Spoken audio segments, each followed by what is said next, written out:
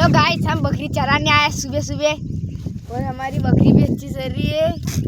और आप सपोर्ट करें, हमको लाइक करें, फॉलो करें। और काका शर्मा रहा है, ये हमारी बकरी अच्छी चल रही है।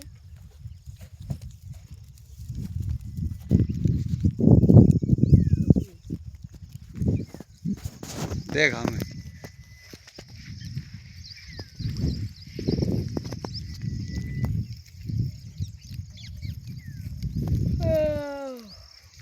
सुबह सुबह इसको सुस्ती आ रही है, रात में सोया नहीं था है।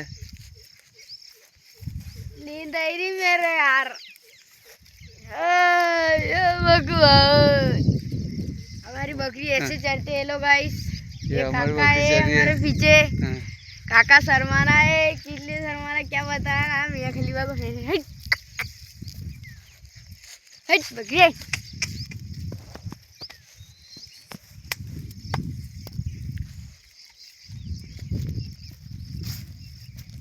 काका से पूछते हैं, काका तेरे घर पर नागन कर पाना। काका तो घर पे दो क्या काका तो घर पे दो बोले नहीं